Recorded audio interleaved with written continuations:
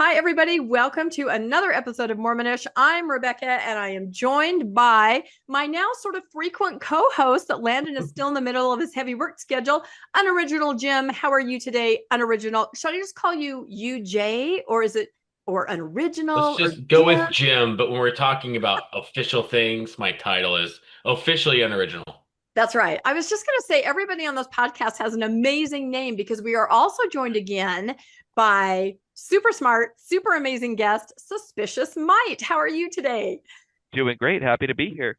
Awesome. You guys might remember him from an episode that we did a couple weeks ago. So I just love it. People out there are so smart and they have such great information. And I find them and say, come on the podcast. That's my role. So we are going to be talking about something really interesting today. And that is, member retention and tools that the church has developed to try to keep track of people. Now, with Suspicious Mite, we talked about tracking last time and ward clerks and how they kind of spilled the tea on the lengths that the church will go to track people who have left kind of behind the scenes. But what we're going to talk about today, this information that Suspicious Mite has gathered up for us, is people who join the church, they're in the church and they're kind of put in programs, they're kind of given tracking devices. And do they know that they don't have to do this? I mean, can they opt out? We don't even know, but we're going to let Suspicious Mite take it away and let's discuss this. Excellent. So, to clarify before starting, everything that we're going to show here is openly accessible on the web. There's no password protection. None of it was labeled confidential or internal use. And this is pulled from a couple of different slideshows. There are multiple slideshows the church has put up on this topic that are fairly similar. I pulled from two of them. So there are multiple presentations presented here. And we're going to just go through a few pieces of them as well. So this presentation was given, this one here was in February, and it's given to help local leaders understand how to use newly available tools that, in theory, are going to help them retain members. And the way that it goes through the explanation kind of shows at a granular level what the church is tracking in terms of key indicators for new members, as well as people who are investigating the church, or friends, as they like to call them now. And it's very, the bottom line is, to me, it's very conveyor belt. It's very tracking what someone's spirituality in a way that reduces it down to check boxes about whether they've done something, which honestly is what the covenant path really is all about, which is why it's very fitting that they call the program like My Covenant Path, which we'll see here in a second. So So I would also go ahead. point out too that the reason why all of this exists is while they've never released any official numbers about what the actual attendance looks like, what the actual retention rate looks like, the no the common numbers that are thrown around is that the retention rate after somebody's baptized is a 25% of or less of everybody who's baptized into the church. And so it's really abysmal. So what you have in the church then is the situation where lots of people are baptized into it. You get your baseball park baptisms and people who are baptized because they're looking for friendship and then the missionaries leave and then they're left alone in this ward with no one to talk to. Somewhere along the line, the church has done some sort of correlation survey. We know that they love correlation data. And they've identified that if they can keep people active and engaged for a specific point in time, the odds of them staying longer or maintaining as members goes up. So what they're doing is they're desperate to get rid of that horrible retention rate after baptism. And so it looks from what Suspicious is going to show us here, it looks like this entire app or program, or it really feels like one of those weight loss programs where they get you in there and you have like the benchmarks you're going to meet. They're benchmarking religious activity and they're benchmarking righteousness. Maybe not righteousness, but righteousness is reflected in your attendance to church, right? So I'm excited to look through this. I had perused it earlier. It feels very mechanized. You're right, like very conveyor belt. I thought it was a great term. Yeah. Yeah. And I feel like a lot of people suffer from religious scrupulosity, OCD. When they join the church, that can be really heightened. And this is perfect for that, right? This is tracking and every day, am I doing the right thing? Am I doing enough? And you're absolutely right about the retention. I feel like if they can keep them in for a period of time, there's probably that sunk cost fallacy that goes Yes. into it where you're like, okay, well, I've been in for 2 years and I've done this and this. I can't leave. So I think there must be some correlated data on that, that if you can maintain them for this long, then maybe they'll stay longer and bring family members in. So I'm sure it's there's a method to the madness, right? That's what we're saying. It's not just random ever with the church. And it must be, because and for those listening, there are a bunch of slides we have here. I know some people had questions on the last show we did.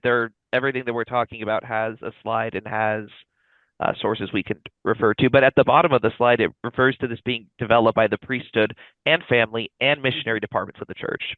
So that's a lot of very important committees that are involved in the production of this training. So that does offer some more insight into, I don't want to say desperation, but essentially how they prioritize this topic. So starting off, I pulled some frequently asked questions from the presentations that were thrown in that I think kind of give an indicator as to why this should raise some eyebrows. The first question that is asked in the slide, so this is just what the church has said might be asked by people when they implement this program. First question is, are there any notifications or alerts when a new member isn't progressing? And even before getting into the answer, like you mentioned, Rebecca, the religious scrupulosity, the OCD, the feeling like you have to do just right, the word progressing there is only being defined within the context of the Mormon Church's approach to religiosity, including tithing, including church attendance. That is what they are saying if you are progressing.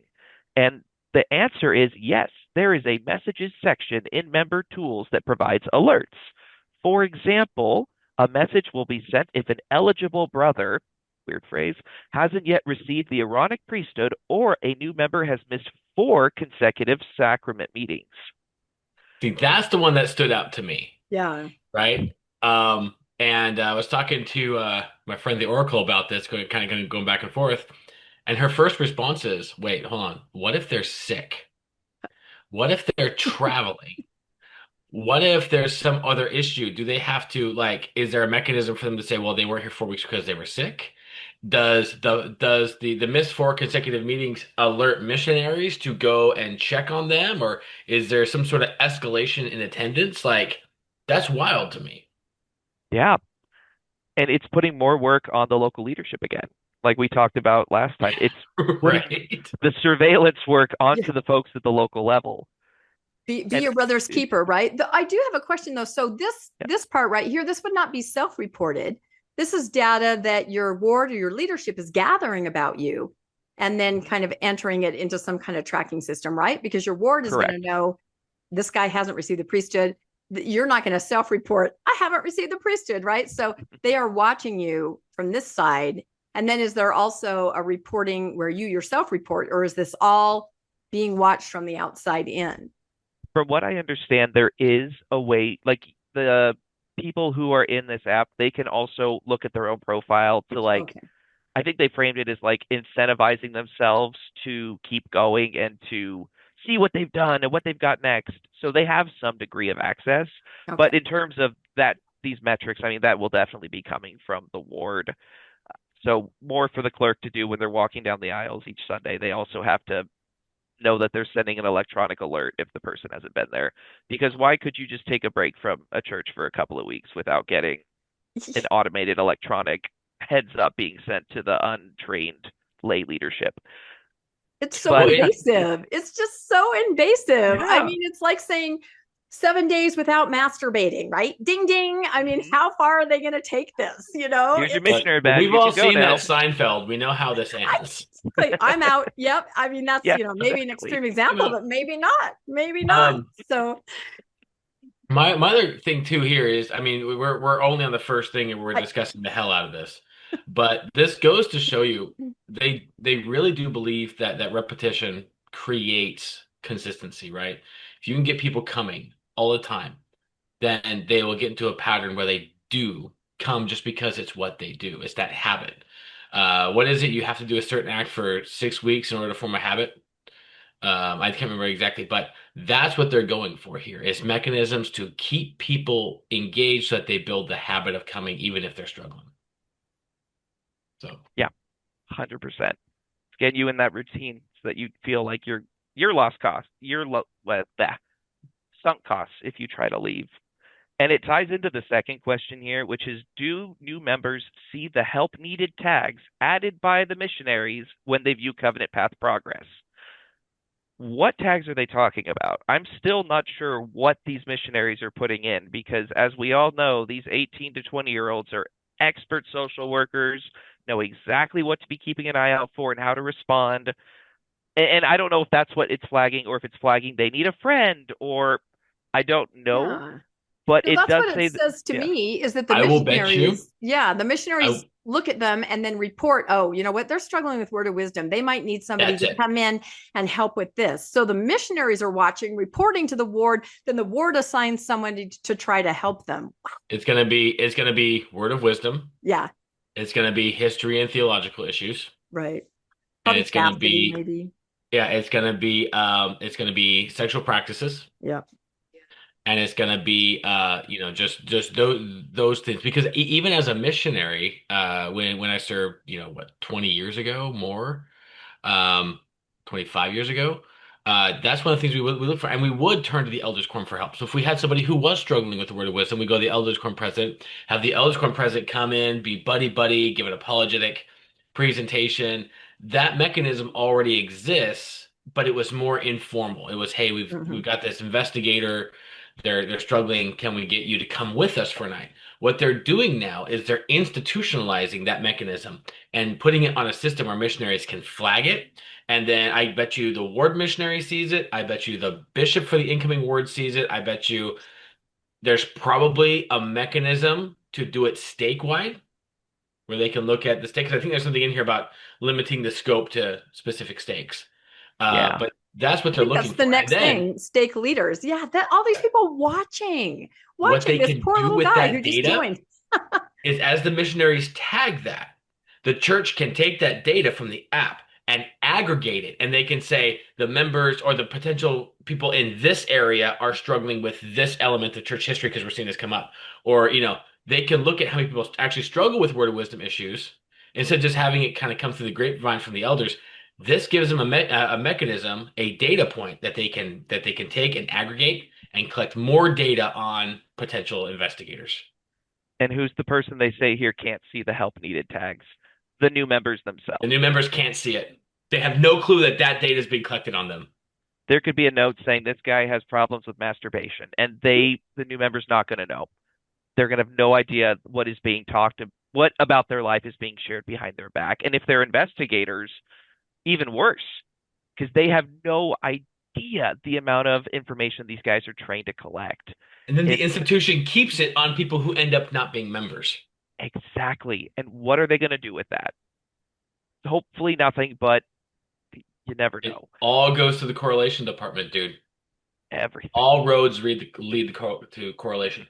That is kind of scary that people who haven't been baptized yet, they're not on the record, can also be put into this process. I mean, I'm just going to use the word invasive over and over. Yeah, that is the new mantra, I'm told. And then, that last one, like you referred to a second ago, the question is, as a stake leader, how can I see a dashboard progress survey view of all the new members or people being taught across the stake?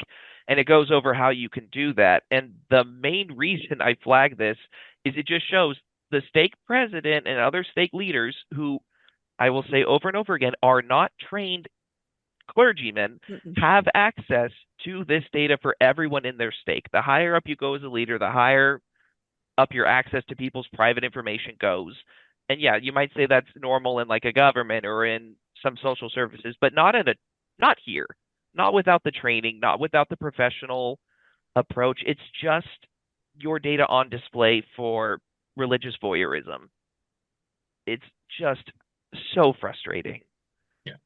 And we all know that, the spirit of discernment doesn't call people to positions where they can possibly misuse their authority or harm people. The Lord would never do that. And if he did, he would remove them, right? Or it was a test. It was a trial. Yeah. It was a test, and you failed. It's a test. Yeah, talk to Floodlit about discernment where leaders are put in. So I love how it says a more enhanced dashboard for the stake is possibly it probably has already happened by now. So even more information, even more ability to look at somebody. And again, it's reported by somebody How do they know what you're really doing? It's a young kid missionary. He might look at you and say, I think this person is doing that. All of a sudden there's a tag. How do they really know? I bet there's a lot of things that are misunderstood and misreported. And think of it this way too. And I love the missionaries. I was one. I was that naive Exactly. kid, right? And they're nice when they come to my house. I've only had one that tried to argue with me, and it didn't end well. Um, but they are not. They come from a background that doesn't allow them to see really doesn't give them a lot of empathy for people who aren't Yeah. part of the culture. And so, especially in our generation, we were trained to look at people who had smoking issues or drinking as Mhm. flaws. These were flawed people, and they were coming to the church because a church is a church, and the church is a hospital, and it's there to help people, right? So we looked at people with a fair amount of judgment. That means that the data, the flags, whatever they do, these poor kids are entering this information, these people not knowing where these people actually come from, what their experience is, why they believe what they believe, not really understand that everybody is the aggregate of their experience.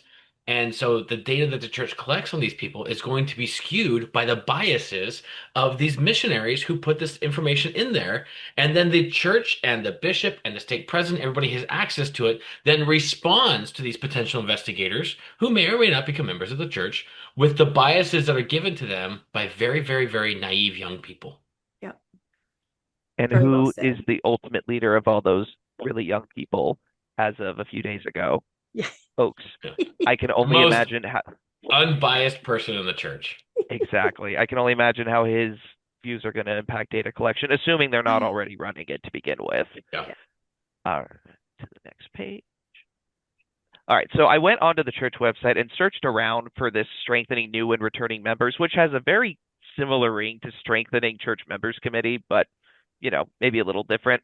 So this is from a training for ward leaders about it. So they're talking about ways to help new members feel loved, connected, and needed because the church doesn't offer anything else that's going to keep them there besides if you have to make these very strong efforts to keep people.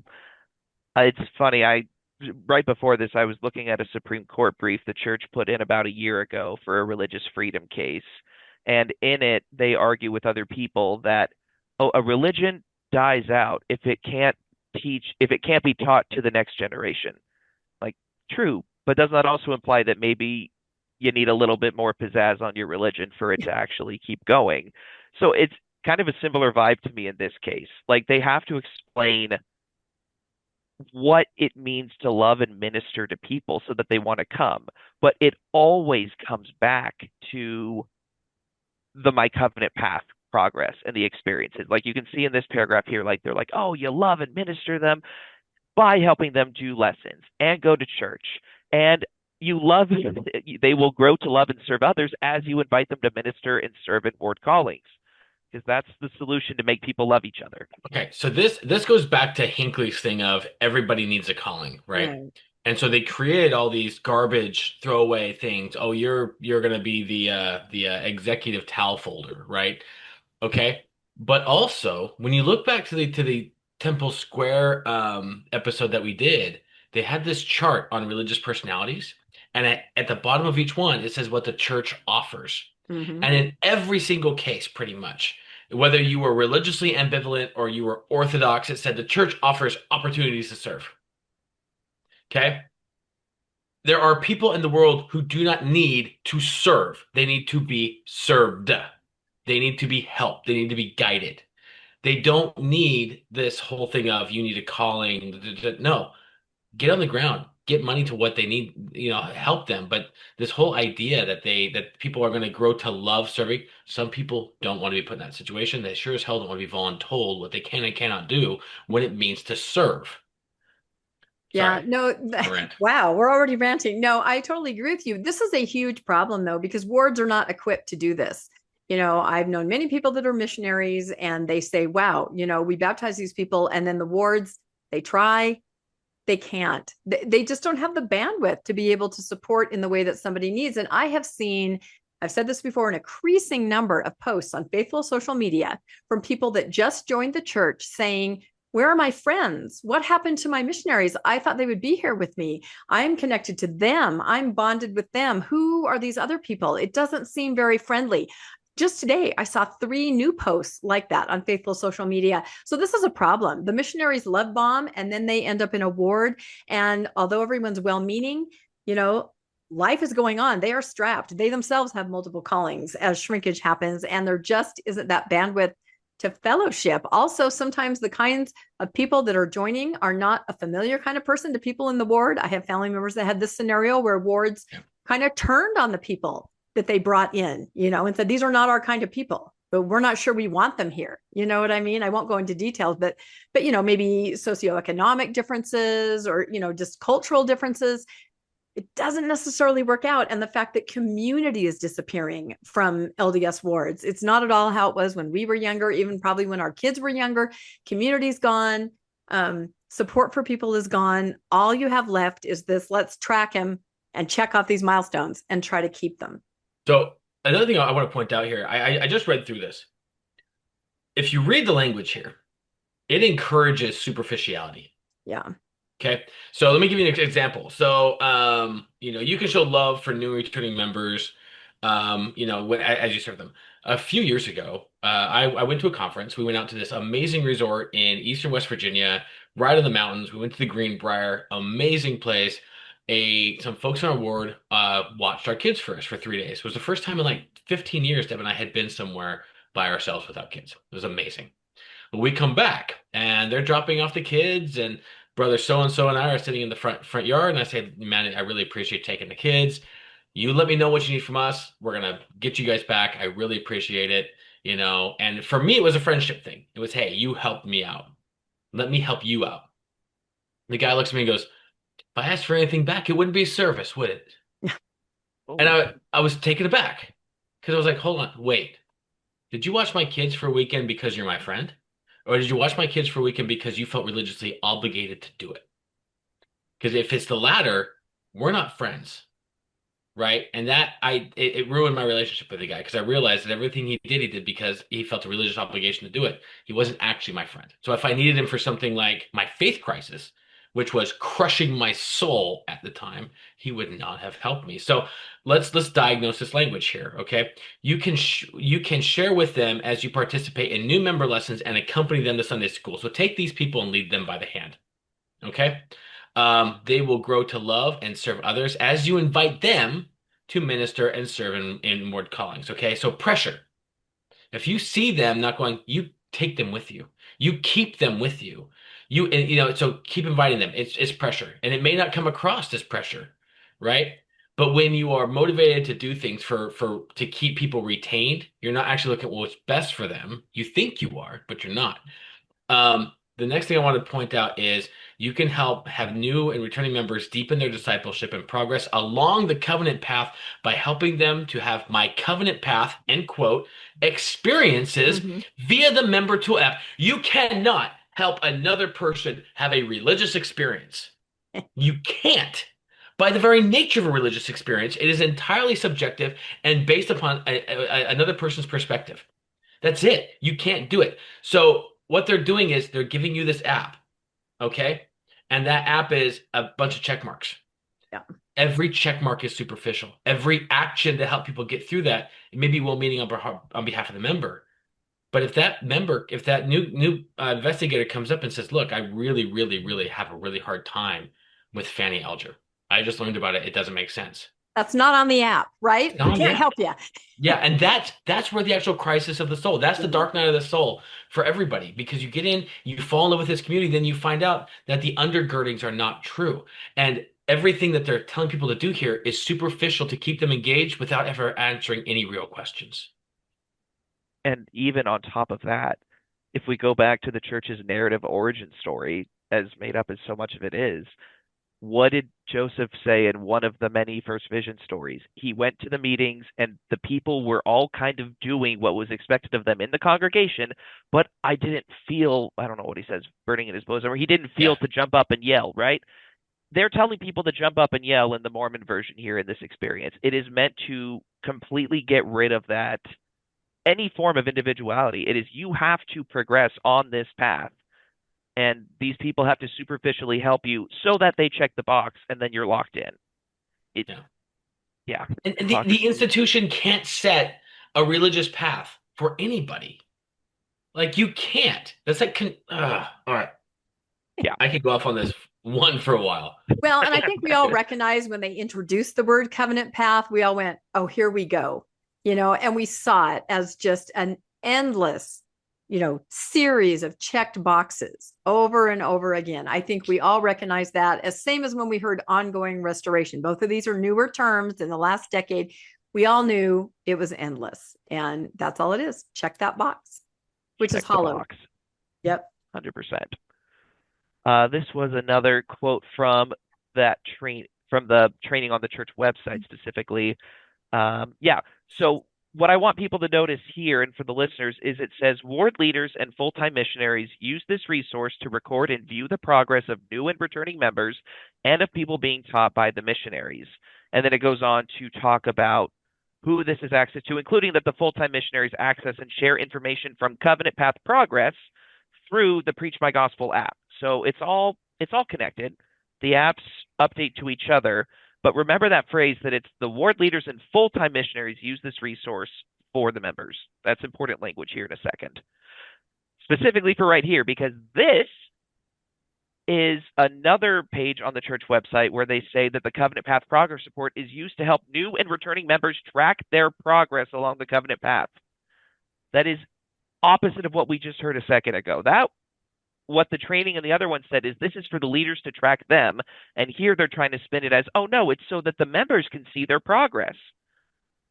Which one is it? Can it be both? People might say, yeah, it's both, but you're selling it in two very different ways here. And these are two different pages on the church website, separate from the training we started with. They are trying to spin it to make it less invasive and make it sound like, oh, this is an empowering tool rather than one of yet another form of surveillance. Well, I will bet you that when you get the app and they walk you through the benefits of it, okay, they are not going to disclose to you what they will say that the church collects data. They're going to have a boilerplate statement somewhere, okay, but that boilerplate statement is going to come at the end of love bombing. It's going to come at the end of the we're so great. We're so glad you're here. Let's get you sealed to your families. Let's get you temple recommend. Let's get you in. So somebody who really needs that community, somebody who really wants to be involved, they're not going to stop and think, hold on a second, what happens if I don't like this anymore? And then at the end of it, the church has all that data, but they were sold this app exactly like you said, under the, hey, this is our tool to help you get to heaven. And then meanwhile, the church is just pulling all the data off of it.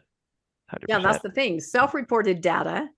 So it could be about masturbation and when people are watching you and inputting the data. And so the church gets this very rounded picture of exactly what you're doing and where you're at, but it's all very private. I mean, this is information they should not have. So what happens, and none of us are going to have the answer to this. What happens if you get somebody who's really ridden with guilt? Yeah. Who goes in there, and if there's a section where they can put in what they have an issue for, what if they go in and say, I have a really hard time not looking at my daughter? Yeah. Oh gosh. Does the church then, or what if data on this shows indicators of abuse? Yeah. How does the church take that? That's not somebody coming forward and going to the bishop and having that supposed confession. This is gaining data off of an app. And I don't know how the members enter their information, but good Lord. We need to get this app. But look here, it says that the leader should open and review it regularly, use it as a part of ward council. So they're like, okay, let's check the app here. So-and-so's got a word of wisdom. So-and-so. I mean, this is someone just joining the church. They have no idea this level of scrutiny that they're going to be under. We all understand it. If we grew up in it, we know we're talked about or watched, but and your typical investigator or friend has no idea that they are opening themselves up to this fishbowl of scrutiny. Yeah. So it's unethical. I think it's very unethical. I also think it's funny here. 2 years must have been the point pointed out by the correlation study, because it says during their first 2 years of church membership.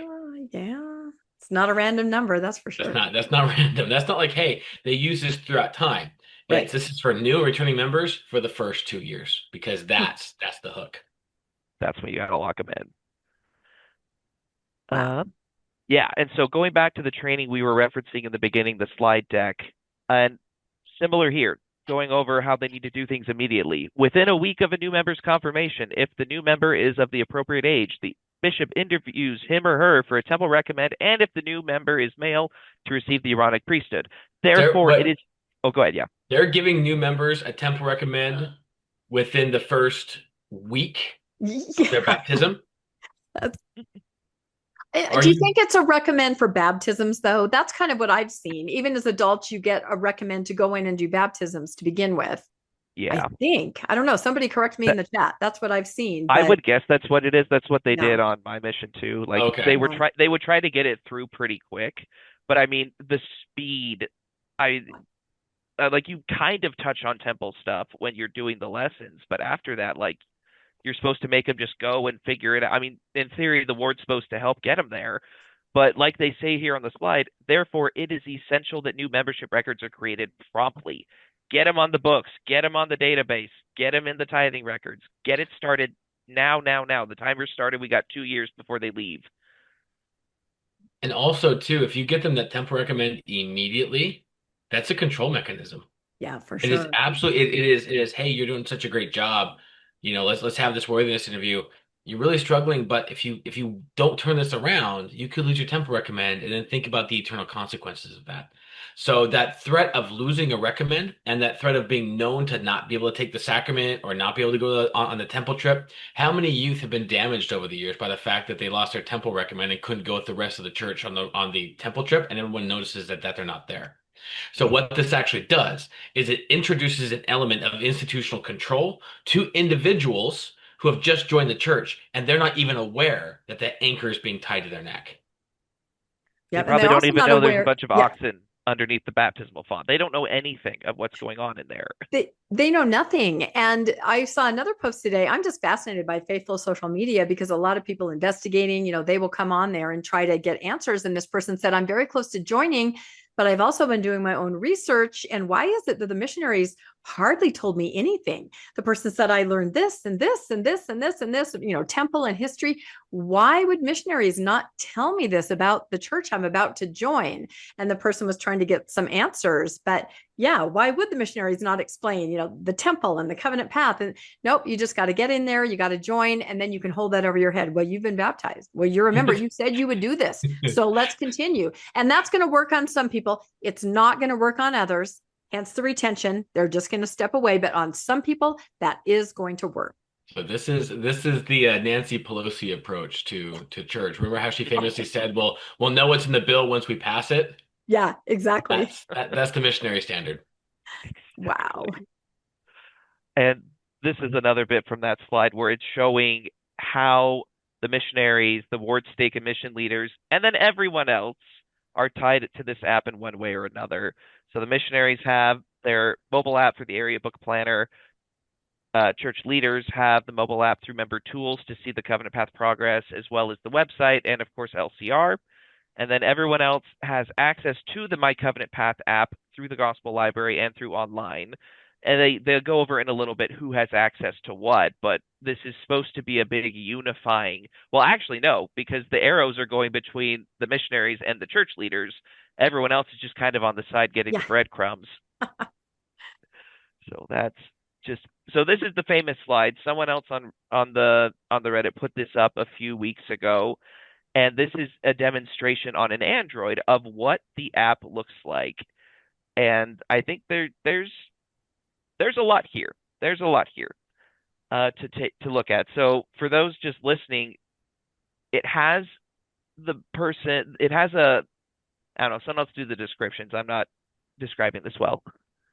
No, you're doing great. You're doing just great. It's an example of the app, like as you would see it on your phone, and then maybe we can go through the other things on it. But so let me. Do you guys mind if I pick this apart for a second? Yeah, try it.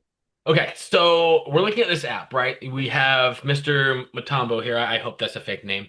I hope it's a fake name too. You have sacrament attendant, so we can see if you're looking at this app and you are an inspired leader who has the spirit of discernment, who is a steward of the ward.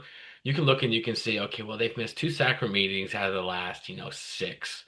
or they've been to two. So, they're missing more than half of the time.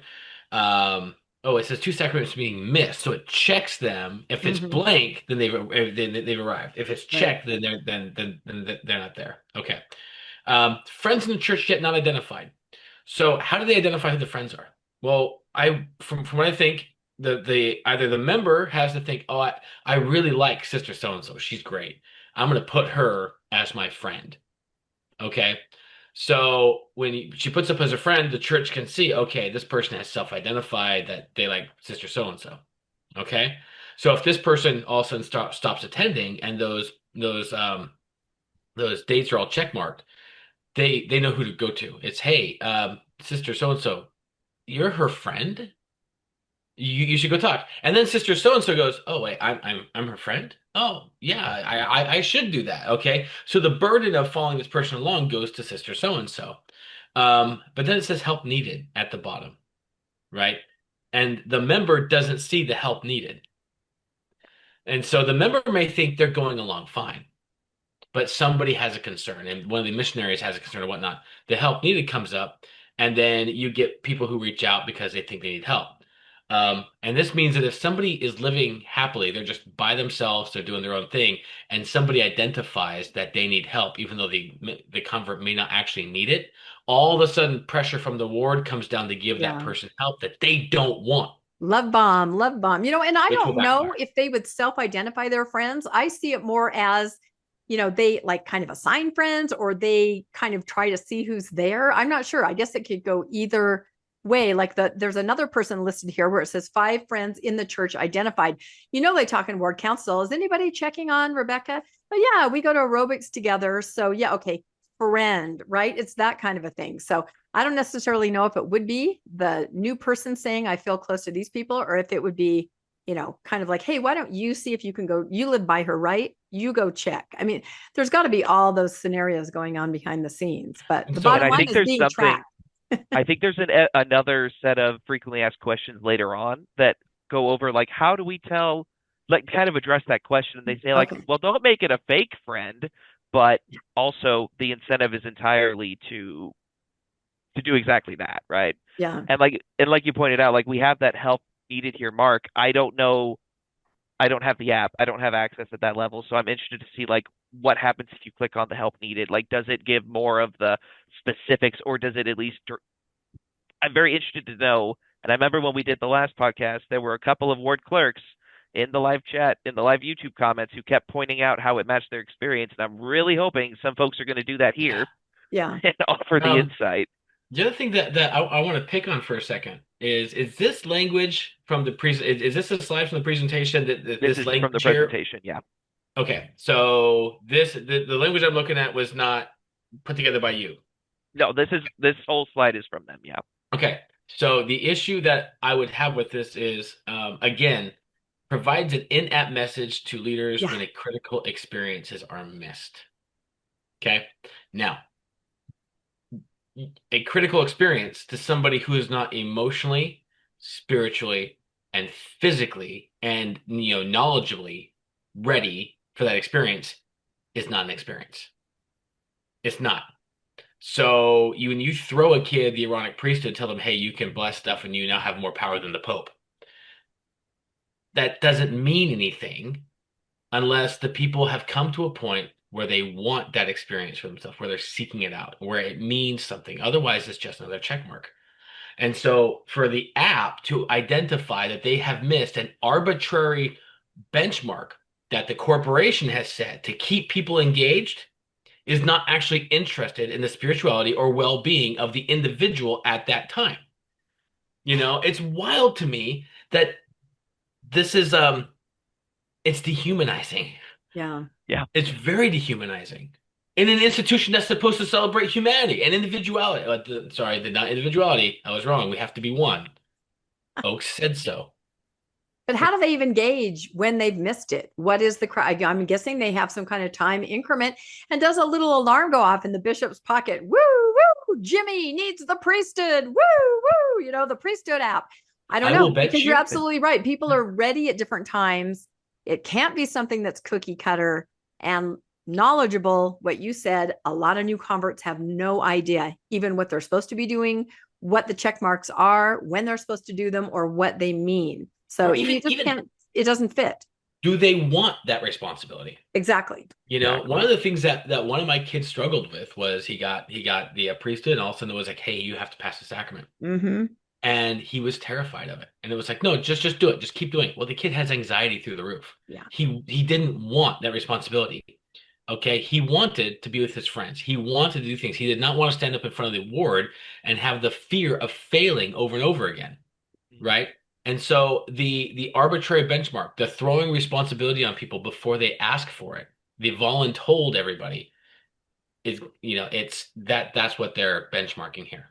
Well, and it means different things to the leaders as opposed to the person getting it. To the leader, it means locked in further. Oh, Aaronic priesthood, locked in. Melchizedek priesthood, locked in. Mission call, locked in. To the person, these are life choices, life experiences. Like you said, it comes with baggage. It comes with your own personal, how you see things. So totally different meanings to these checked boxes. It very much reminds me of the Simpsons episode where Lisa becomes a Buddhist and Ned Flanders suddenly stands up and is like, my Satan sense is tingling. A critical experience has been missed. Can we make a meme of that, please? I know. There's got to be a GIF of Flanders somewhere. There's got to be. Yeah, the Simpsons is so wise. So wise. That's right. Wow. I just really want to understand what data the person puts in and what data the leadership puts in, and then where, who can see what, because I know the members can't see this guy needs help. So the members just must have a very general, checklist. They have no idea everything going on behind the scenes in it. Oh, and that's exactly what this hits on, is who gets to see different parts of that path. Oh, wow. There's a lot of people listed here, but for everyone listening, the people in the ward who have editing abilities in the Covenant Path progress include the new member, which also includes parents of children, the bishopric, elders quorum presidency and secretaries, Relief Society presidency and secretaries, ward mission leader and the assistant ward mission leader, and the ward missionaries. They all can change it and edit it and add things and do who knows what with it. And then people in the ward who can view it but not edit are the ward, and I assume this means the more specific view like we were looking at earlier, is the ward temple and family history leader, the primary presidency and secretaries. They have an asterisk saying and secretaries, not sure why, young women presidency and secretaries, and the Sunday school presidency and secretaries. So how many people is that right now? That's pretty much everybody in a small ward. Yeah, that's because everybody has somebody has that calling all the time. All the time. And here's something else, right? What if like the ward members are editing the app, but the family themselves isn't using it? Then it just becomes collection of data on somebody that, they can check if they want to, but if the family isn't actively using it, they don't know what's on there. They're not going to be looking at that every single day. And if they don't install the app, can the people in the ward still edit it on their behalf? Exactly. And what happens when somebody gets removed from one of those callings? How do you stop them from having access to it if they get called out of the primary presidency? That's a good point. Would you have to manually update that? And who would? It'd probably be by the end of you using it, the entire board can see everything about you, right? That's probably what it is. Wow. I would hope that it would be somewhere in their software, but the number of complaints I see on the Church Tech forum about things not working, very valid concern. And then it has the whole stake, and basically the whole stake leadership squad from presidency to the Relief Society to young women to Sunday school presidency and the mission presidency. They all can see it as well. And then below, it clarifies that the My Covenant path in general, which I think you can get through the Gospel Library app, anyone can see that.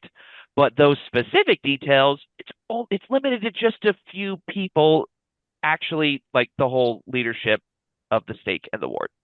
Wow. I would say that Mormons are raised to be tracked and not think a thing about it. Do you know what I mean? If you're born into it, you are raised to Share personal details all the time to strangers. You are raised to know, that your data is available to everybody, that anybody can call you on it at any time. Hey, I didn't see it at Young Women's. Hey, how many times have you met? It's just nothing to us. And until you get on the other side of it or talk to other people who are not raised that way, I've seen posts from people who are like, my therapist was stunned when I told her, the kind of personal information that was readily available to other people, in my congregation. This doesn't happen to the level it does here in other places, but this is how we roll. We are used to being an open book, even confessing, the deepest, darkest sexual sins or thoughts, or we just spill the beans all the time. And investigators are kind of primed as they join to become the same way. But this is not normal. This is not normal. And people outside of it can see that. And what happens when people step away? When they step away, do the people who leave the church have to manually go in and delete their account on this? Does that account disappear? And is that information still available to the ward members and the stake that have the ability to edit it after someone steps away and deletes it on their app? What happens to that data? The church keeps it. They're not going to let that go away. They're probably hopeful. Exactly. They probably leave it open, thinking, you know what? They'll be back.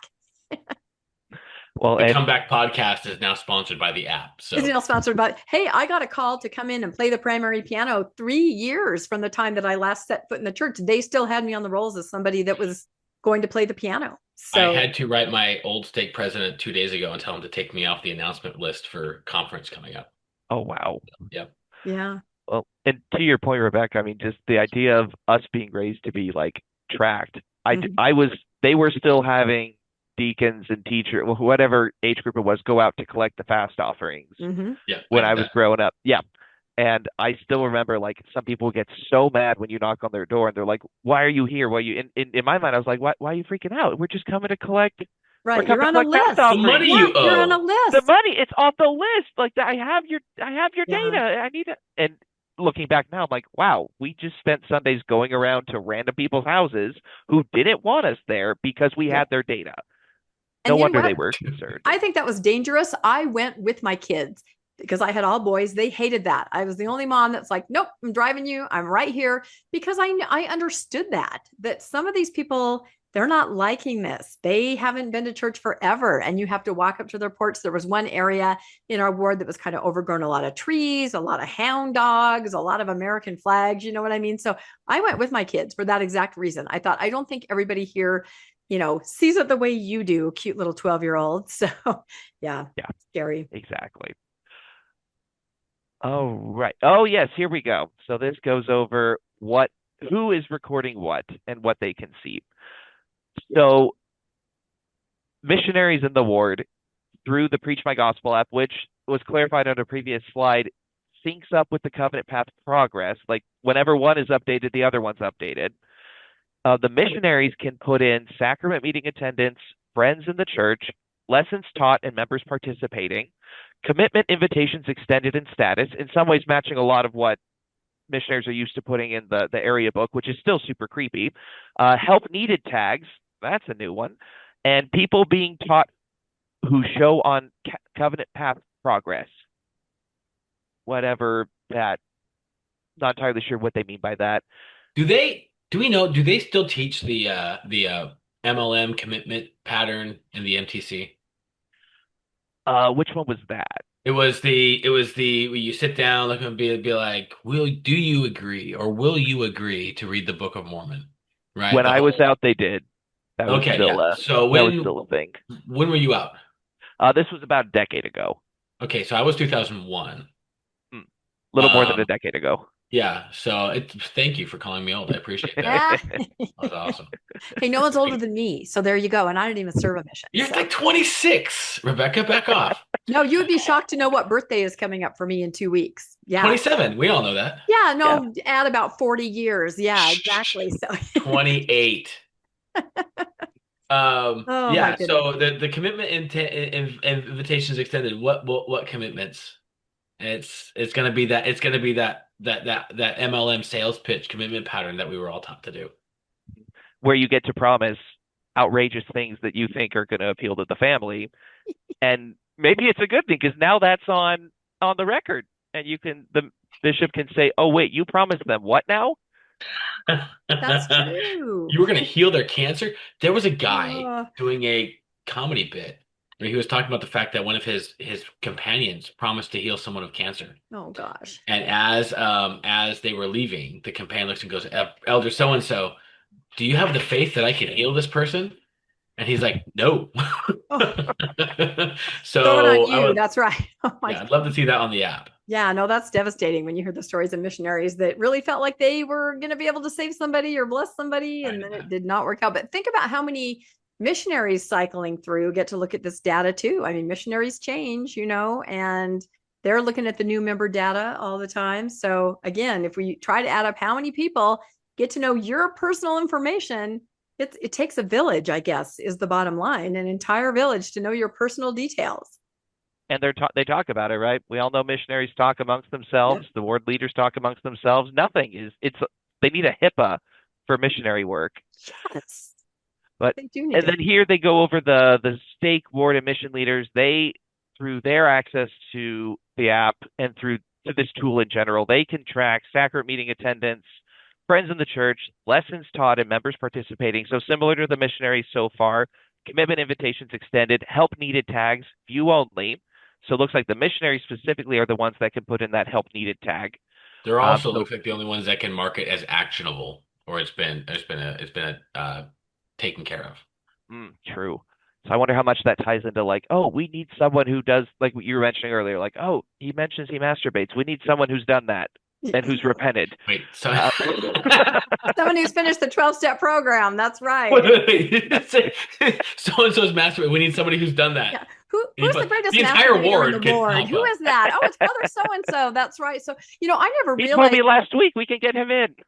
Yeah. Speaking of sacrament meeting attendance, I always thought when they were going around and counting, they were just counting. I didn't realize that they were actually taking roll. And I didn't know that until a couple years ago, was called in and just mentioned, you haven't been to sacrament meeting for, and they had a number, and I was shocked because I did not know that they actually take roll on individual people, or maybe it was just me, but this makes me see that I think it's everybody. I always thought they were just hashtagging. I think they're actually taking roll. They're also taking roll because every person in the congregation has $1.75 cash mark above their head. That's true too. Because the more people that are in the ward, the more money that they get back in tithing. So yeah, when they're counting you out, you're a dollar sign at that point. Wow. Let's see what else they got on there. Oh yeah, so the leaders can see temple ordinances, minister assignments, and select my covenant path experiences. Not sure which specific ones they can see. I'm interested to learn a little bit more on that front. Whereas everyone else can just see the tool in general. It's a guide to facilitate covenant path experiences new and returning members may have with the help of a member friend. A member friend. I was always stunned at how many people could see if your temple recommend was active or not. There's a large group that can see that, and I never realized that either till one day my bishop and stake president and a counselor came over to visit me and my family, and we're all sitting there, and he goes, so Rebecca, and this was like in 2000, I don't know, 15, 16, 17, and they go, looks like your temple recommend expired in 2004. There was like total silence in the whole room. No. And I was like, yeah, well, I could get a temple recommend right now if I wanted one. And the stake president said, that's the key, if you wanted one. And then we just kind of left it at that. I still don't really know what that exchange meant, but I was floored that they knew, they had been tracking it for a decade, that my temple recommend was expired by design, by choice. Wow. Yeah. Wow. Just can't even think. That's insane. Oh, so here's some more screenshots from the slideshow, and specifically screenshots within the screenshot of what it looks like for someone who is a new member. There's a lot to take down on here, but I will point out let's see, where is it? Oh, maybe it's not on this one. Someone made an interesting point. It might be on the next one about what commandments are taught when and in what order. Oh, But interesting. yeah, I think that's on the one for the ones they're teaching. But yeah, this shows. I mean, there's just so much data here. Okay, this is really weird. Yeah, So, no, this is a lot to unpack. There's ministering assignments, temple ordinances, not yet sealed to spouse, not yet sealed to parents. And then you're right, messages of the restoration. Has that been taught fully? The plan of salvation. On this particular graphic, they've kind of stopped short. There's still some more to go on the plan of salvation. Nothing in this particular example has been taught about the gospel of Jesus Christ. That's interesting. Nothing about so the commandments, a little bit about laws and ordinances. But yeah, I guess and by teaching, are we talking missionary lessons or are we talking just general follow-up knowledge at church? I'm not sure what this means exactly. I want to look at it here for a second. So, if we go down to priesthood ordinations on the second one from the left on the Mm-hmm. screen, on my screen, it says member needs a member friend. Who designates that they need a member friend? Does that come from the individual? Can they see that they need a member friend? Yeah, no, I'm sure Or is it an not. outside source telling them that they Yeah, do? that's what I think. Yeah. Needs members to help teach at lessons. So, basically they're saying, hey, we need a church member to come and be with us to give to create that buddy experience. Um, and then we go for eligible for endowment in 2023. So they're already saying this person was baptized on this date. So we now have a benchmark to move them through, whether or not they're prepared. This is what we can move to. And then other commitments. Prepare a name for a family name for the temple. Perform baptisms for deceased ancestors. This goes back to what we were saying the other day, that the temple is really the only card that the church has to play anymore. Yeah. So much so that it's in the app as, this is the commitment you're going to give them. It used to be don't smoke. It used to be keep the word of wisdom. They're still getting those, but what they're really pushing for is to get everybody in the temple as quickly as possible. But it does say at the bottom of the last one, opt out of covenant path tracking. Oh, it does. Way Look down at at the that. bottom. Way Okay. down at the bottom. Way down at the bottom. And so that means maybe what? You opt out, but does everybody else that can write stuff about you, do they still get to continue, but you just don't want to? I mean, it seems like there are two separate parts of it. You are, user entering data, and then there's people keeping data and inputting data on you. So My feeling is that it will opt out of some of it, yeah, that's what I think but too. the back half of this app is still going to be available for the missionaries who are working with you. They are still going to be entering your information somewhere. The ward mission leader is still going to be using probably some form of this. The stake is still going to have the data on here. This mechanism. If somebody says I don't want to be tracked anymore, it doesn't mean that the people associating with this person aren't tracking it on their own in some Right. other back. Exactly. And what's the next thing after temple? Self-reliance class. Yeah, I see that. Wow. That's the next thing, is how do we get them to make some more money? I know a lot of folks who commented were like, yeah, we got to get them to make more money so we can tithe them and get Now, them actually making something. Let me give you an example of that mentality. Okay. Several years ago, I had a son who was very badly hurt. I got laid off from my job. We lost our house in North Salt Lake. We ended up moving to Kentucky. Horrible year. Everything that could go wrong that year went wrong. I get to my ward and I'm sitting with my bishop and we're having this conversation. I say, look, I went from making X amount to making a third of what I need. I was living in subsidized housing at the time. And I said, I can't afford tithing. There's just no physical way for me to do it. My bishop's response was to pray that I would make more money so I could pay tithing. Oh, I kid you not. That was like my shelf at that point in time went like this. It didn't completely collapse, but I physically got angry with the bishop. And then he's like, no, tell it. Give us your bills. The church will pay your bills so that you can pay tithing. And the church didn't pay the bills. They forgot. Oh. Yeah. And so, but that mentality that get them to make more money, pray so you can make more money. That does happen. So the self-reliance classes, there's two ways to look at this. The first way to look at the self-reliance classes is they know that they're dealing with populations. They know that they're dealing, and their main attraction is people who are living below the poverty line or below a certain education marker. Yeah. There was a podcast a little while back with that dude from BYU. who pointed out that the average church member has been in the church less than 5 years and has an eighth grade education. Yep. So pushing the self-reliance classes then is their way to get people in. And you'll see missionaries doing this in some places where they're like, hey, let's teach you English. Okay. So they're trying to appeal to populations that are below a certain living standard, and the church is trying to hook them in through that. Now, that's good and bad. I would totally wholeheartedly support that if there wasn't an ulterior motive. The That's ulterior right. motive is we get these people in the self-reliance classes, and then we get them in the church, we get them paying tithing, and then we track it on the app. And off church support. And off church And support. off Well, church they won't support. offer you church support anymore unless you've gone to government welfare first. Yep. Mm.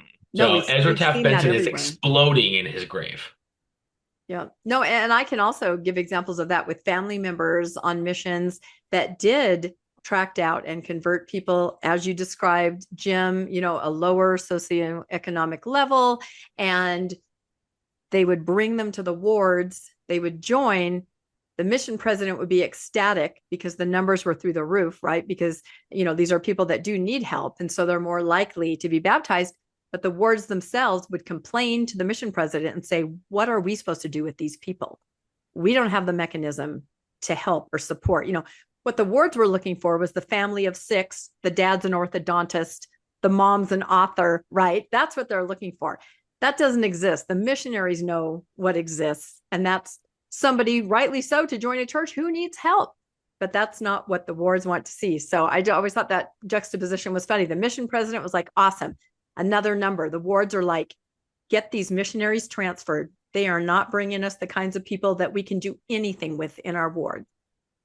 And I'm not exaggerating. That is really what they said. So, and just looking at it here too, it's interesting because a lot of these things have been around. I remember on my mission, they were giving us those family search booklets that we were supposed to use for the conference. Like we were supposed to push them towards a lot of these temple commitments. But it's like they're taking all of that and putting it in one place. And I'm sure they've had ways to track it on their own, but they are extending that access now beyond just the missionaries' area book and putting it in the hands of so many more members in a formalized way that once again reduces it from spiritual experiences down to that checkbox. And not only that, but if you're the member who's joined, checking that box is going to make you feel good because you can say, oh, look what I did. Look what I did. Just another way to get hooked. Yeah. Especially if you have OCD or religious scrupulosity, which a lot of people do. And then it becomes like a stress and a panic. I'm not doing this. I'm not doing that. I've got this path, that I'm on, this arbitrary path that someone else has set out for me, but I've got to check every box. Yeah, that can be very stressful and not mentally healthy. And here they're giving an example of someone being taught in the Kanye second ward. The Kanye second ward? What? Well, the last ward was the Sugarland 2 ward. So there. Well, just remember, it's the Kanye second ward. So the first ward would be the East ward, and this would be the Kanye West ward. Ah, there you go. That's it. Now known as the Yee ward, right? Got to change it there. So that's right. I know things. I'm not that old. Well, you're 28, Rebecca. Exactly. Just 28, turning 29. That's right. So someone flagged on here on the Reddit that keep the law of tithing is listed above law of chastity. Interesting. Yeah, and above 10 Commandments. So it's all about the money. It's just very obvious there. But once again, same setup. Who are the friends? We need help. How many times have they attended? How many things have they been taught? And like this, I mean, I'm sure folks who have submissions, they're like, okay, yeah, some of that we tracked. We kept an eye on a lot of that, but not like this. Yeah. Not like this. Oh, and other commitments, meet the bishop, start creating a family tree. Also, the last two of the commitments required for baptism, pray about Joseph Smith in the Book of Mormon and read from the Book of Mormon. Whereas the first one is attend several sacrament meetings.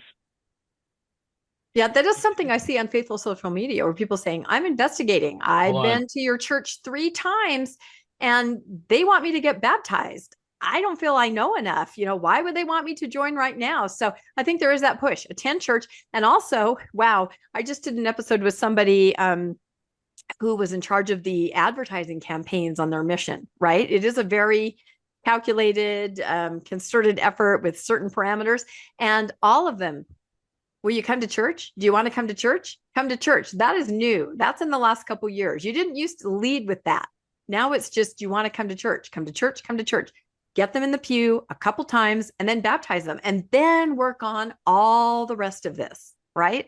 I don't think that is how it was in the past. And you guys can probably speak to that. You've been on missions, but I'm thinking come to church right away and get baptized was not how it went, not the order. So it for me it was. For us it was, contact them, give the first discussion, invite them to church, let them have the experience. On the second discussion, we were preparing them for baptism. Okay. And that was because my mission we still had the 8 little books. And in episode 2 of that, it actually talks about inviting them to be baptized. So being baptized was, we would talk about being baptized before we talked about law of chastity. We would talk about it before we talked about the word of wisdom. Those were tacitly addressed. But the first discussion was the restoration. It was that narrative. So this is really, really interesting. Now, what I'm going to say is all of the information on here is information that was kind of in the area books, and it was information that was primarily used for the missionaries. The idea that this kind of material is now available to people in the ward is basically, I think they've recognized the missionary work is not working. And so what they're trying to do is spread the influence of the missionaries and the knowledge of each individual investigator so that it's not just up to 2 19-year-olds anymore. Now the members of the ward can go access all of this, or the sacrament person can go and lead, not sacrament, but the Sunday school leader can access this. This takes the onus of responsibility to get these people in the door from those 2 kids in the ward and spreads it throughout the entire organization. And if you think about it, it's brilliant, but it's also scary because it gives people in the ward who should not have personal information access to personal information. Exactly. And when I was out, it was you tried to get a baptismal invitation by at least the second lesson, if not the first. Yep. They really wanted you to create like a really spiritual moment by reading off like the things from, I think it was chapter 10 of Preach My Gospel. Like, we're here to help your family. We were told that if you felt like you were going to cry, you should let yourself cry. Yep. Heart cell, right? As we talked about, heart cell, that's it. I just think there's so many friends in the church, friends. They're not your friends, right? And they're not your friends because if the word boundaries were to change, you would never see them again. So there's an ulterior motive, like you mentioned, Jim, and they mean well, and they're doing something with what they think is the best for you in mind, but that's not an actual friend. There was a poster on one of the faithful sites who was talking about the fact that they were angry with the missionaries because they had been going to a ward, they wanted to be baptized. Yeah. And then when they're getting ready to be baptized, they were told they couldn't be baptized into the ward that they had to go to a different ward. And they were actually upset about that. Like, why do I have to go to these boundaries? This is where I met friends. And they were being told they could not come back to that ward. And if they came back to the ward, they couldn't take the sacrament or anything else. So again, we're setting people up for that kind of failure. Yep. Yeah. And also, I don't know of any other church that really makes you do that you have to. Zero. So what I just highlighted into there with a very poorly done annotation, we are talking about the help needed section. Here we go. Help needed. Experiencing strong opposition. Oh, I didn't see that. Yeah, that part there at the end. So maybe on the new member part, because they know that the member themselves can see it, or at least the parts that they're allowed access to, maybe their notes aren't specific, but looky here. Strong opposition. I'm guessing that's not a pre-filled thing. It looks like you can probably put in all the stuff we were worried they could be putting in that the whole ward can see, that beforehand you just kind of gossiped about in ward council. Now it's there. Wow. Yeah, that could be anything. That could be wrestling spiritually. That could be having a chastity problem. It could be substance abuse. I mean, anything in there. Wow. Yeah. And I'm guessing they probably put a very mild description just for the training purposes, but Mhm. who knows what's going to get on there in the future? In the future, this is already here. It's been being done. So hopefully someone with some more insight can Yeah, provide if there's that. But anybody who has access to creepy. this app, reach out. Yeah, We would please. love to Yeah. see a 2025 version of this and do an update. That's right. We're flying blind here. So yeah, let's look for an update somewhere. Yeah. All right. So what's on the next? So here are more of the the Q&As that came from the training, and we talked about returning members, and right now they don't have returning members showing up. Oh no, right now being back in 2023. And then below that is the one I like that we were talking about. Who decides if the new member has a friend? And who is that friend? And they say the focus is to add those who are genuine friends with the new member. The new member sees and can add or update church friends when they view the Covenant Path Oh, Progress okay. section on their directory profile in Member Tools. So there's like, on one hand, if they're actually looking at it, you do kind of have to be a little like careful who you add on there. But also, what member is going to go on there and be like, oh, hey, I have church friend this person. I want to put them on the app as my designated Friend. My friend. little buddy. That's right. No one's going to do that. That's really weird. And then also, how are you going to get these genuine friends with all the factors we discussed? Well, the other question is, why does the institution want you to enter who your friends are? So they can keep an Why? eye on you. That's the whole Yeah. point. Why Everybody's do watching they everything. need to know who your friends are? Yep. That's not an institutional issue. That's not a question that a church should be asking, right? Yep. And that's not something that they should be asking you to self-report. Yep. So yeah, that's wild to me. I think they think it's really effective. Like I remember when I was not attending very much at all, just a little bit, I would have people from my neighborhood reach out and say, "Hey, there's a women's conference going on. Could I pick you up? Let's go this Saturday." Somebody that I knew because I lived in the ward forever, but wasn't a close friend. And I would get lots of messages like that until I kind of figured out, I wonder if these people are being told to reach out to me as somebody that knows me, has known me for a long time and invite me to these different little events. And I'd always say, oh, no, sorry, busy. But it was always that, hey, there's a fireside. Could I pick you up? Do you want to go to lunch first? There were just tons of those. I was so popular. Well, and they mentioned here too, at the time this was made, you can only have friends who are in your stake. You can't have friends from outside your stake. And also, what if you have friends who aren't even Mormon? That's okay, right? That's normal. Like you have to report that too. The reason for this is so that if something happens, if you go inactive, less active, they can turn to the stake and they have somebody that they can go to immediately and say, hey, brother so and so. And they don't have to go to the next stake over to have somebody show up. This is so that they can have a controlled population. And that person who goes to bring you back to the ward is going to be in your ward. Yeah. So you self-report who your friends are so that when you struggle or leave, they can look at the app and say, hey, let's contact brother so-and-so and have them go because they have identified against somewhere in some correlation issue that the superficiality associated with ministering and assigning friends via home teaching doesn't work. And they're trying to get around that by having you self-report who your friends are so that when you actually leave, they can take those people and send them to you. Yeah. No, like what happened to me. And they also know of the stake activities that you could be invited to. Hey, we're having a trunk or treat. Would you like to bring your they know, and they know you, and they know what you might like to attend. So and it's now all you very can RSVP calculated. for them online on the public web, and that'll send the message to the bishop to track you again. Yep. Oh yeah, that's a whole nother thing, isn't it? That app about the tracking app for activities. That's crazy. And I just love that they have to ask the question, why do new members have access to their own Covenant Path Progress? without a hint of irony. That why do they have access to their own info? Yeah. Well, I love this is the tool allows them to more actively engage in and track their progress along the covenant path. Yeah.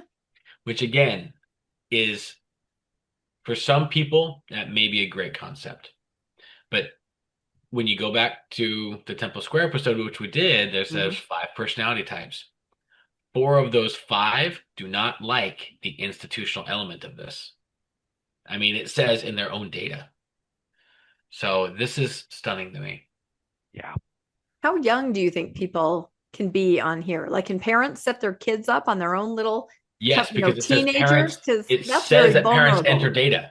Yeah, that's right. The parents enter, because how vulnerable is that? You've already got enough to worry about as a teenager, and then you've got this list. Oh no, am I doing baptisms for the dead? Have I gotten the priesthood? Am I attending my young men? That is, again, OCD, religious But scrupulosity. has the new 9-year-old in my ward been taught the law of chastity? I can check that. Oh my gosh. Ah, And Yeah. what about people who have institutional flags on their records, right? You have people who have caused issues or they've been mhm, disfellowshipped or mhm. something like that. Does this app at some level correlate with that so that when a bishop looks at it, he can say, oh, this person's been chastised for homosexuality before? Yeah. Or, this person is not allowed to be around kids. And yet you're giving people who may not be allowed to be around kids access to an app where they can, again, like the church registry, see what kids are where and what they've been taught. Yeah. Yeah, exactly. So this also comes from the church website, and this is the Covenant Path little guide for the new members themselves. And there's a lot here. I'm not pulling up all of them in this next bit, but basically the bottom line is it's all about you taking responsibility for your covenant path. It's on you. So it's once again putting them in the situation where there is so much that they are expected to do and then handing the responsibility over to them and the blame at the same time. Mm. So, for example, when they talk about having friends in the ward, they're like, oh, it's an extended family. You'll receive friendship and support. Take time to become friends with some of the members and then report them in the app so you can say who your friends are. Like, this just blows my mind that they're telling people you have to go make friends with these people. Oh, and also download the Member Tools app, which in the last episode we did together, we read about how they said if you download our apps, we might use them for data, we might use them for location tracking, Mhm. all sorts of stuff they're getting into right there. But also, they're like, oh, look up your account, update your contact info, add a photo, review and Ooh. update the content in Covenant Path Progress. Become acquainted with your leaders. Talk to them about upcoming activities, future lessons, and opportunities to serve. This is all on them. This is all their responsibility to go do. Can you imagine if there was a location app and someone could call you? I know you're in bed and you're supposed to be at Relief Society. I mean, that is not that far fetched with this, right? I know you went to Starbucks and you're supposed to be here. Here's a question. Here's a question. What if the missing sacrament tracking element is tied to installing the app on your phone so that they can see the app when you come and go from the building? And they can see when you're not at activities, and they can see when you're not at church, and that's how they identify when you're not at sacrament. They're telling you to download the app, and I guarantee you, when you open that app in a church building, the network will pick up the IP address on your phone. They know they already do that because they Yeah. block Reddit and stuff like that. Yes. Okay. So this gives them data then. It also gives them data, probably. I will bet you if you look in the back the back of house for this app, I bet you that there's an element that tracks where this app goes and where it's opened. So they can look at where you go. If you open this app in the airport, they're gonna know you're traveling somewhere. If it's a Sunday and you open this app at a restaurant, they can aggregate that data and saying, well, we know by the number of people who have opened this app that they're shopping on Sundays or they're Right. going to the restaurant on Sundays. So they can use the app on your phone to do a lot more than just give you gospel messages. Yeah. And And they've discussed this because they have some very smart people working on this stuff. They do. And they have all the data. It's so ironic that they will not report it because they have micro level of data.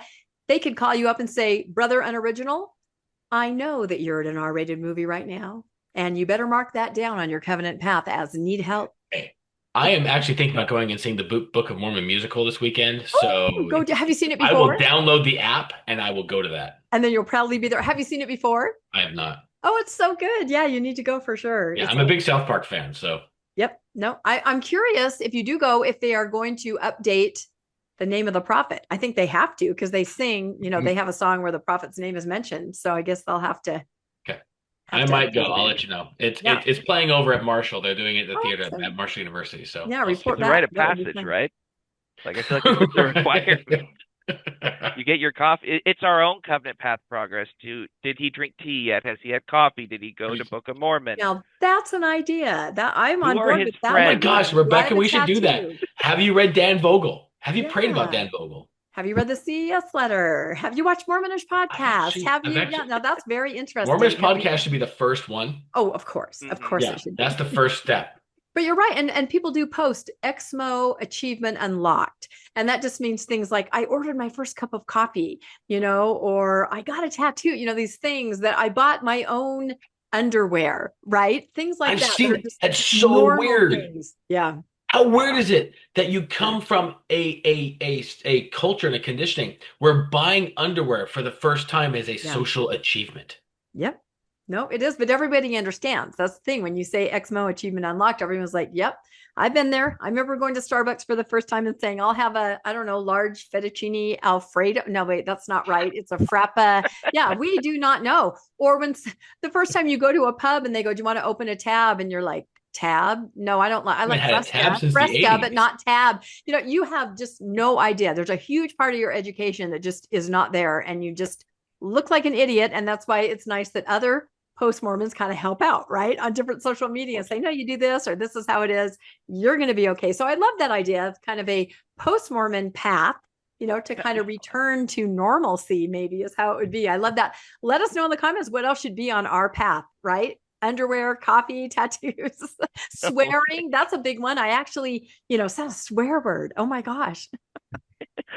Or oh my God. At that Or point. saying, oh my God, yeah, something like that. Those are all big steps to kind of regaining, You guys are yourself. such blasphemers. Goddamn blasphemers. All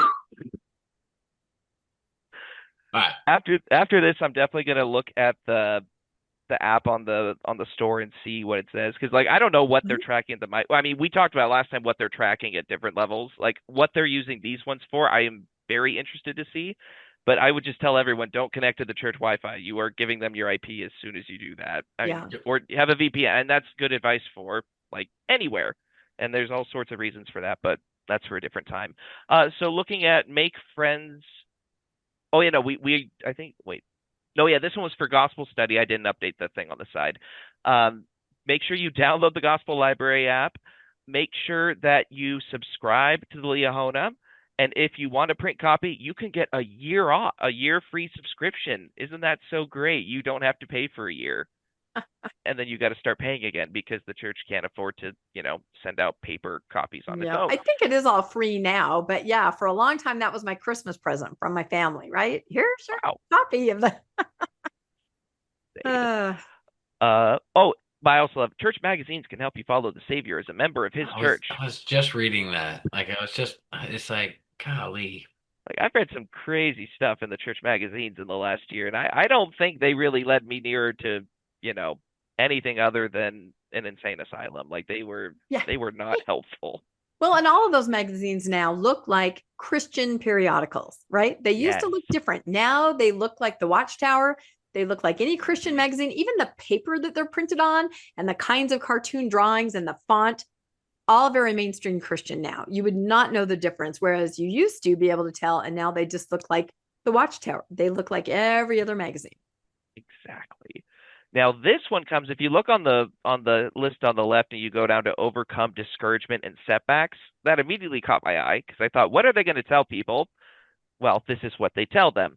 Rely on the Lord, but then learn about the blessings and strength that come from living the gospel of Jesus Christ. Discuss with a member what he or she does to stay strong in the gospel when things get tough. Not what did they do to get through the problem, what resources are available to assist, what did they do to stay strong in the gospel? I don't know, it kind of speaks for itself right there. That's what the priority is on. Well, that goes right back to never take counsel from those who don't believe. Yeah, for sure. I mean, it's look, if you have a question, stay within the silo. And that's really what this is. That's very interesting. And they don't I guess the Nelson talk hadn't taken place when these slides were created, huh? The So Think this is Celestial. yeah, this is before the Think Celestial talk. Yeah, I read a post Wait, today that said Think Celestial caused my depression. And, again, this is on Faithful. You see a lot of heartbreaking posts where they say, I'm trying to do all these things. I still don't feel good. I still feel I'm not doing enough. I'm still well, depressed. I'm still discouraged. And they're reaching out on social media. And if I weren't banned for the site, I would try to put some, advice there. But and everyone's just like, stay the course, keep doing exactly what you're doing. And yet the person has said, none of this is working for me, and then it's all kind well, of back on them. These are heartbreaking posts. yeah, go Biopic. go back to the messaging. So I mean, even here, find peace and happiness. They keep marketing peace Yeah. as if it's a commodity that Yeah. can be found, and it's not. Yep. The worst thing that they've done, the worst, as far as I'm concerned, in the past 20 years, is commoditize mental health. And that's what they're trying to do. And there's even a talk somewhere, I think it was Oaks, who talks about families. And he says that families need the church. Okay. Now, when you put it that way and you throw that kind of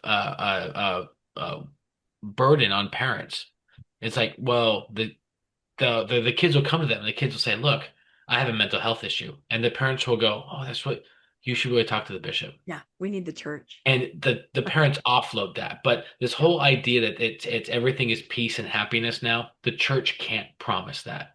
And by attempting to promise that to people who are investigating the church, come with us, meet Jesus, where you'll find peace and happiness. Jesus, as I said before, is a blank slate. It can be whatever anybody wants to read into the scriptures that he is. And by promising peace and happiness in all this documentation, they're setting a certain number of people up to fail Just and hurt them. a few weeks ago, as someone who's passed through different levels of mental health care treatment. So when I joke about an insane asylum, I don't mean that Yeah. offhandedly. Um, there was someone in the ward who reached out, knowing about some of the things I dealt with mental health, most of which had, in one degree or another, something to do with church background and upbringing. And this individual reached out because they knew I dealt with a specific thing. And when they were telling me about their child who was dealing with this issue, the first question I asked them is, how active is this child? How religious is this child? And I clarified, I was like, I'm not trying to put you down here. I'm just help me understand. And this child was very scrupulous. And that told me exactly what I needed to know. And I told them, look, this is what's going on. I was able to tell them immediately, this is exactly where your kid is getting this idea from. This is the help you need to go get them. Not even telling them like, oh, leave the church, but just being like, look, the way they're taught like this, that you have to find your peace and happiness by obeying the commandments and being perfect and checking all these boxes, that is directly contributing to this specific issue you're bringing up, because that's what happened to me. That commoditizing of mental health, it's there, and then when it comes back to bite us, they put in a little Ensign article in the back, digital only, saying, "Oh, sorry, don't be like that. Why are you thinking like that? God never said be perfect." Just Yeah. You misunderstood the meaning of what we were saying. Yeah. yeah, They're trying to dial every it time. back because it did so much damage, especially to vulnerable younger people who actually consider self-harm in lots of situations where they feel they can't be perfect or they're not doing it right. And I've seen this in the area where I raised my kids. There was a huge rash of kids that took it to the extreme and took their own life. It was even mentioned nationally. This is probably like 10 years ago. And these were LDS kids. And I can only think it was the pressure of the area and, things like that. So it's not a joke. And that's why I think when I look at COVID, a lot of people express, my whole family kind of stepped away and we relaxed and we just kind of enjoyed each other's company. And that's it. But that's not an option. You can't stop going. In fact, you push your kid farther in to try to get the peace and happiness, even though Yeah, that's not what's going to happen. and now if you don't show up, they're going to track it. And you know they're tracking it because you Yep. have access to the app. Yep. Exactly. It's just Wow. one self-consuming cycle. Yeah, this is something else from that exact same column. Discuss where to go to receive answers to your questions and help through adversity. Consider some of these options. studying the scriptures, talking with members or the bishop, using the resources on churchofjesuschrist.org, and most importantly, asking God in prayer. Nothing about mental health care, nothing about physical care, self-care, trusting in self, self-esteem. Well, because you've already been told, I believe it was Bednar or somebody else, if you receive an answer to a prayer that is in contradiction to what the church has said, that's not an answer to a prayer. It's not an answer. Yep. Yeah. And so if you do all these things and you come away saying, I still feel like this is not right, there is a bullet in the gun, in the barrel from a church leader that says that God would never give you an answer that was contrary to what the church says. Yeah, that's the trap of personal And revelation. this is Although I will say that I have noticed younger people, I'm talking like 30 and under, seem to be comfortable saying, you know what, that's between God and me. And I'm okay not wearing my garments. I'm okay drinking coffee. I've arrived at a place where I'm okay. So I think there is a certain demographic, maybe a certain age where they've kind of risen above that. A lot of everybody else is trapped in that. Yeah, but what kills me is this. This is the My Covenant Path section, right? So this is the app that the new members are looking at. And this is the messaging to new members. It is, ask God in prayer, but if you don't get the answer, it's not an answer from God, so you're going to start this cycle all over again. So they're setting up that scrupulosity and instilling self-doubt, by the way. This narrative tells you not to trust your gut. Yeah. Not to trust your internal biases. And I use the word biases, and biases is usually used to denote something negative. Okay. But your internal biases, your internal intuition, okay, can also lead you in the right direction.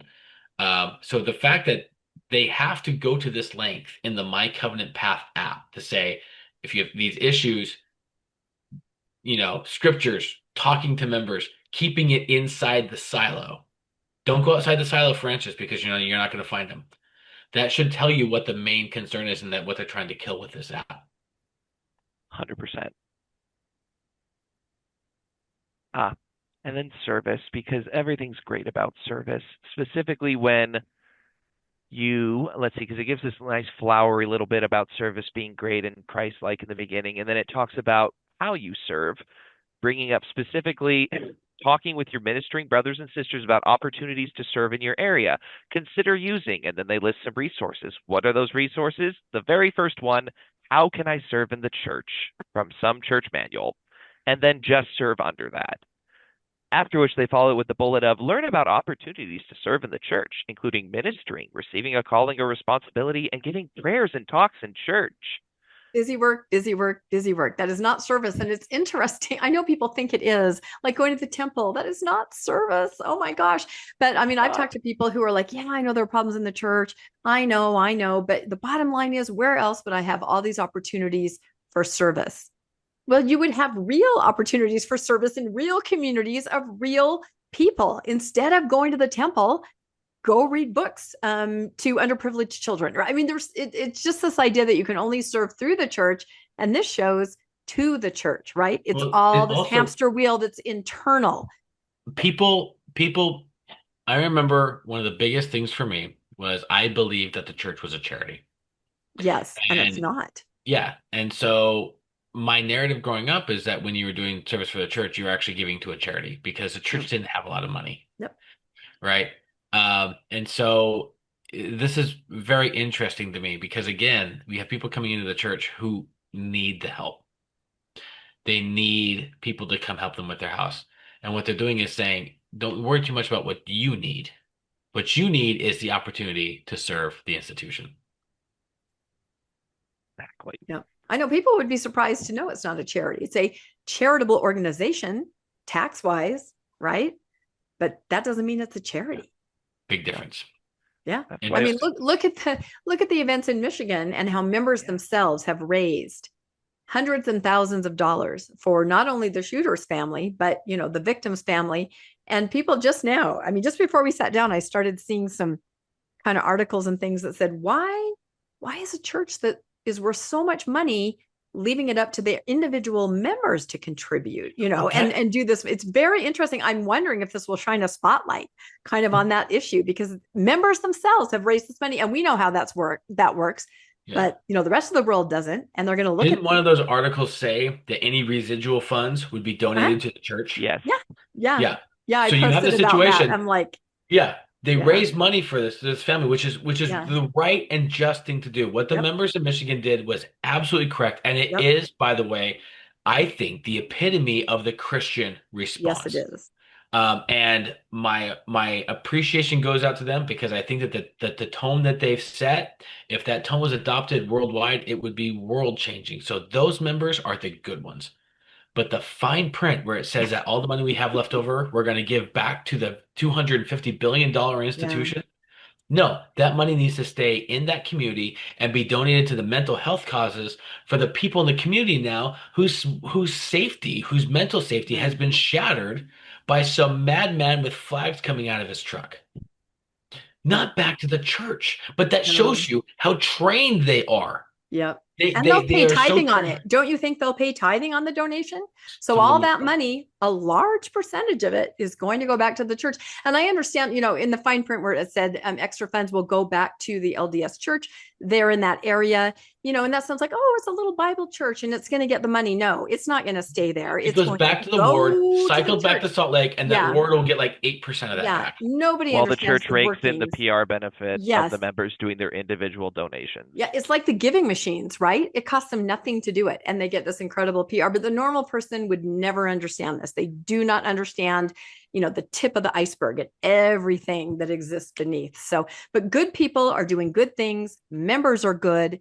It's the organization, But what that is is it? not good. Yeah, John DeLynn says bad systems, good people. that's it. Bad Yeah. systems, good people. And that's basically the theme of all of our podcasts. We are never saying anything about individual members ever. We love members. They're our friends, they're our family, they were us, they're our children, but it's the system that we're trying to shine a spotlight on, just trying.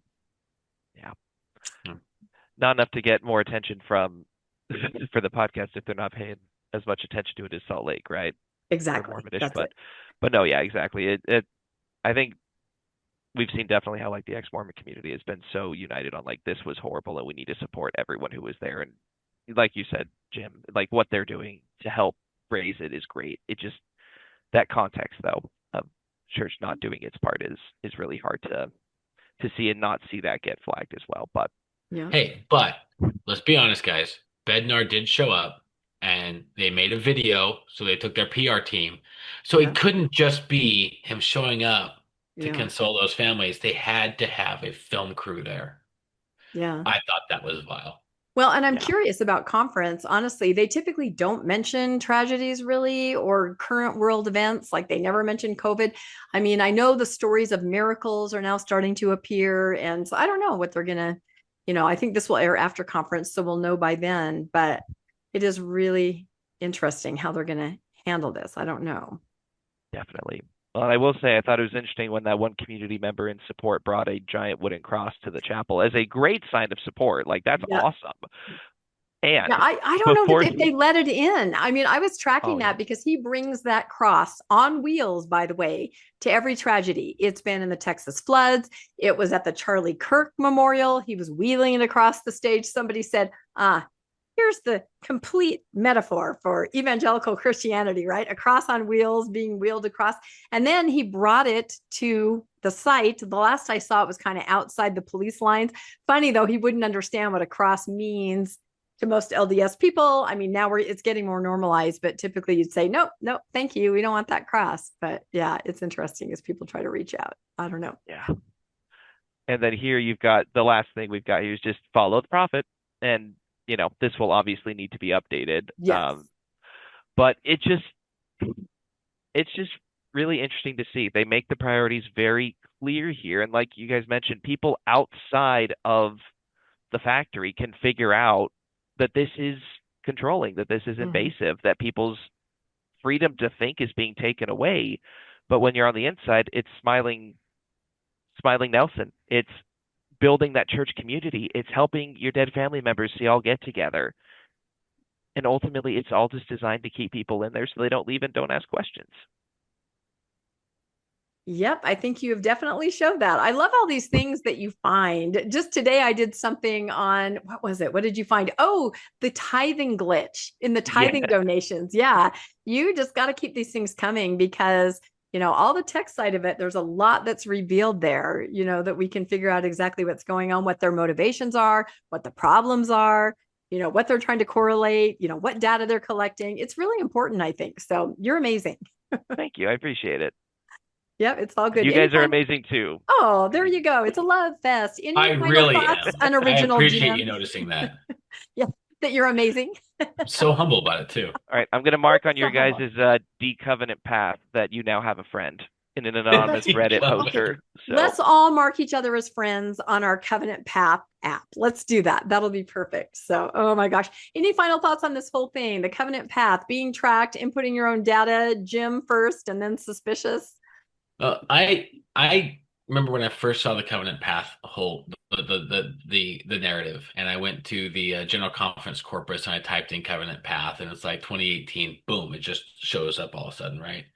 Um, I never liked it. It always felt so fake. It always felt like a marketing campaign, and then you start seeing everything in Desert Book is stay on the Covenant Path, and it's a great marketing tool. It really is. It's something that people remember. It's it's catchy, but then you start seeing it used by family against other members of the family. As you've fallen off the covenant path, and it now it's this thing within the parlance now. It's you're on the covenant path or you're off of it. You're righteous or you're unrighteous. The covenant path has become the metaphor now for who you can trust, who the in group is. And if they're not on the covenant path, they are now the out group. Okay. And that's part of Nelson's message from Think Celestials. Never take counsel from those who don't believe. So you can identify those who identify with the in group by the fact that they will associate themselves with the covenant path. Those people can be trusted. And so it's a very effective way to create a balkanization. And it's not a violent balkanization, but it's a way to identify who you can trust or who you can't trust. And this app then takes the new members and it allows the bishop and the missionaries and everybody to input messages, input information, and then they can exert pressure on those individuals to be on that covenant path. And when they start to stray, they can throw up a red flag for other people in the institution to see, and people in the institution go, okay, let's jump in. Now, this used to be done on the missionary level pretty routinely, right?